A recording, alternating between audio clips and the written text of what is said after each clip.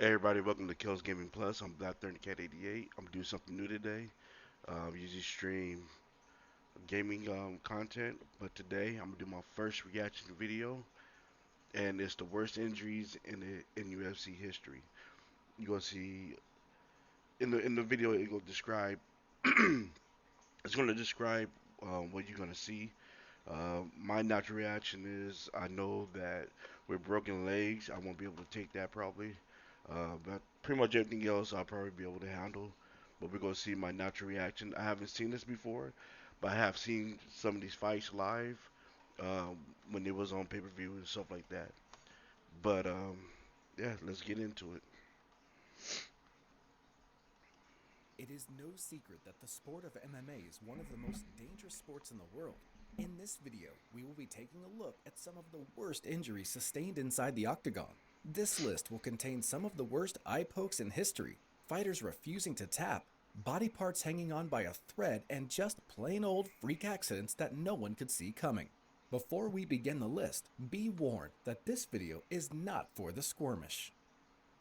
The first injury on the list is Joanna Jendersick's forehead hematoma. She went up against Weili Zhang at UFC 248 for the UFC strawweight title. This was a highly anticipated fight, with Joanna being the former champion and credited with creating the strawweight division against Weili, who at the time was on a rampage through the division.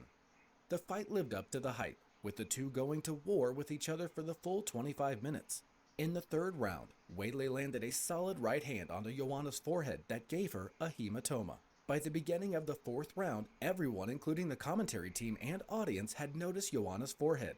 As the fight continued, Joanna took more damage on the forehead, which led to it growing even more. By the end of the fight, the hematoma had become massive, leaving Joanna almost unrecognizable. The fight was incredibly close, with it being able to go either way.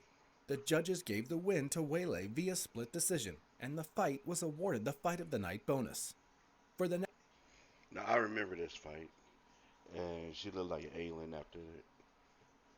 I mean, it looked like her head about to explode. next couple Kind of like Roger from American Dad. of days, Joanna claimed to have lost vision in her left eye, but was thankfully able to make a full recovery within the week.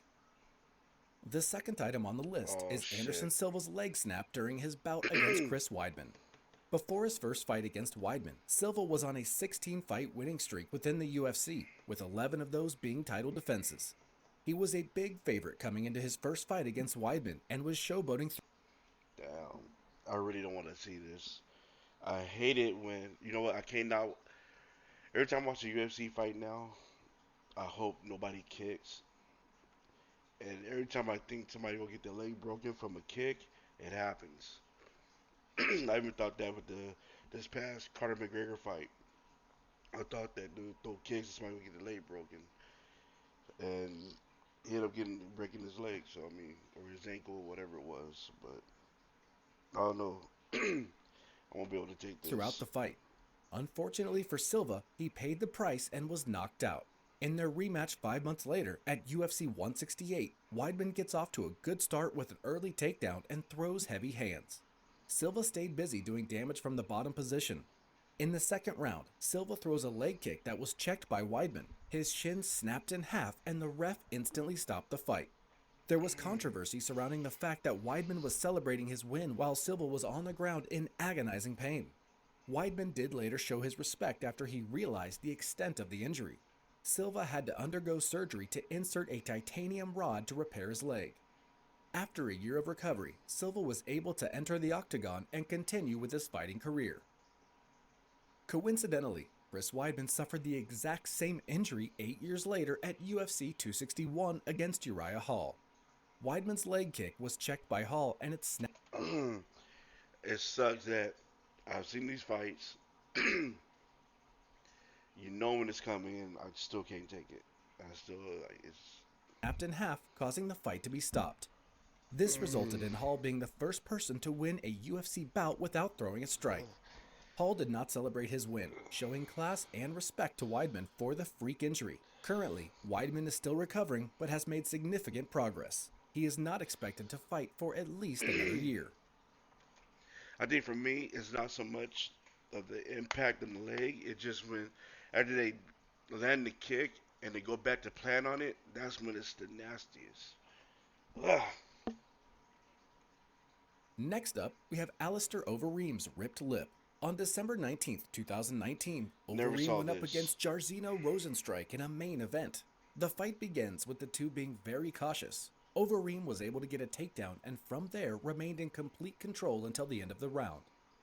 Round 2 began with a lot of fighting from the clinch position. After 3 minutes in the clinch, the ref called for a reset in position. The two continued to be cautious, with Overeem seemingly to have a slight edge in significant strikes.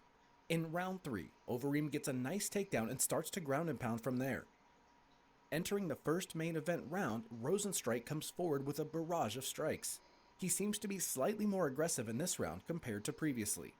The fight stays on the feet for the 5th and final round. Overeem appeared to be the more dominant fighter overall and was set to take the win via decision. But in the final 5 seconds of the fight, Rosenstrike lands a clean right hand that drops Overeem, giving him the win via KO. Oh shit. Overeem popped straight back up, and that's when we see his lip hanging off his face. This was one of the worst cuts in UFC history, but fortunately, Overeem underwent plastic surgery Oh and his lip fuck. healed back quite nicely with only minimal scarring. Overeem claims that the fight was stopped too early as he was just knocked down and he was able to get right back up. Comment below if you thought the right call was made. Man, if they didn't even call that, he probably have another fucking cut on his other side of his lip. Next, we have Frank Meer breaking Tim Sylvia's arm at UFC 48 for the vacant heavyweight title. This one shows the importance of high-level refereeing, especially when the stakes are high. The fight begins with Silva taking Meer down to the ground. From here, Meer was quick to lock in an armbar and snapped Sylvia's arm. Herb Dean was quick to notice the pop and stop the fight. Sylvia protested the stoppage and claimed his arm was not broken and even got the go-ahead from the doctor. The crowds were booing, but upon the replays, Joe Rogan was able to spot the moment the arm popped. Woohoo! Here's a check made payable to me for $7,000. Awarded the win via TKO. Since then, Sylvia had screws placed into his arm to assist in recovery. It was later revealed by Herb Dean that he actually thanked him for the stoppage, claiming that he saved his career. Recently, he has posted to social media stating that the screws in his arm from 16 years ago have become loose and resulted in a nasty infection. His partner has since set up a GoFundMe page to help pay for the medical expenses. If you would like to donate to the page, the link will be in the description. The 6th item on this list is the worst eye poke incident in UFC history. This was a scheduled main event between Bilal Muhammad against Leon Edwards. I don't want to The fight starts with Edwards landing a big kick followed by a flurry of punches. He then pokes Muhammad's eye and gets a warning from the ref. The fight continues into round 2 where he pokes his opponent's eye again. This time it was much more severe, with Muhammad wailing in pain and exclaiming that he can't see. With his eye all swollen, the fight was ruled a no contest. Fortunately, Muhammad later posted that he I was worried about that one. I thought his eye would go pop out or something. I won't be able to take that. had not suffered any permanent damage and will be looking to run it back with Edwards. Despite the fight being labeled as a no contest, Edwards stated that he is no longer interested in the rematch and instead looking for the title shot. Dana White has also posted an image of the eye poke to his Twitter account. Damn. This incident has That boy got his eye pregnant. I mean, he was all up in that. No Vaseline. sparked the old debate on the need of better designed MMA gloves to reduce eye poke accidents. Next up, we have Leslie Smith against Jessica Eye at UFC 180. Right off the bat, Jessica comes out aggressive and appears to be much faster than Leslie. Towards the end of the fight round, she lands a shot onto Leslie's cauliflower ear, causing it to Ooh. explode on impact. You see that shit? She continues to dominate Leslie and we see blood pour everywhere.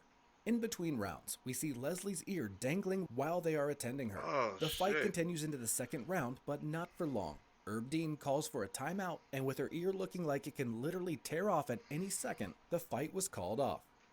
Leslie can be seen protesting the stoppage, to which she later claims was because she couldn't feel any pain in her ear, but upon seeing the replays completely understands why the fight was stopped.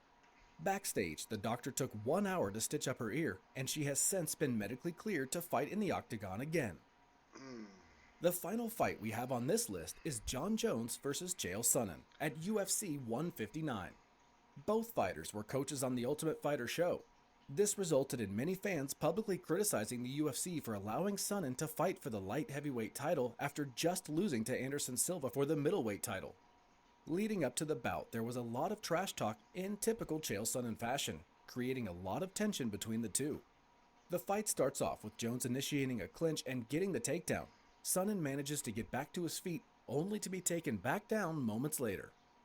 From there, Jones lands heavy elbows and punches and takes the win via TKO. It was only until the post-fight interview with Joe Rogan had he realized his toe was broken and bloodied up. It is unclear the exact moment that dislocated his toe, but believed to be because of an awkward position before the takedown. On the bright side, Oh! injury appears to have not caused any permanent damage and only a superficial wound. That concludes the list for the worst injuries. Alright, guys. Thank you for tuning in to this to reaction video. It's my first one. Of course, it's gonna get better. Um, do me a favor, like, subscribe, hit that bell. Truly appreciate it. Until the next one, peace.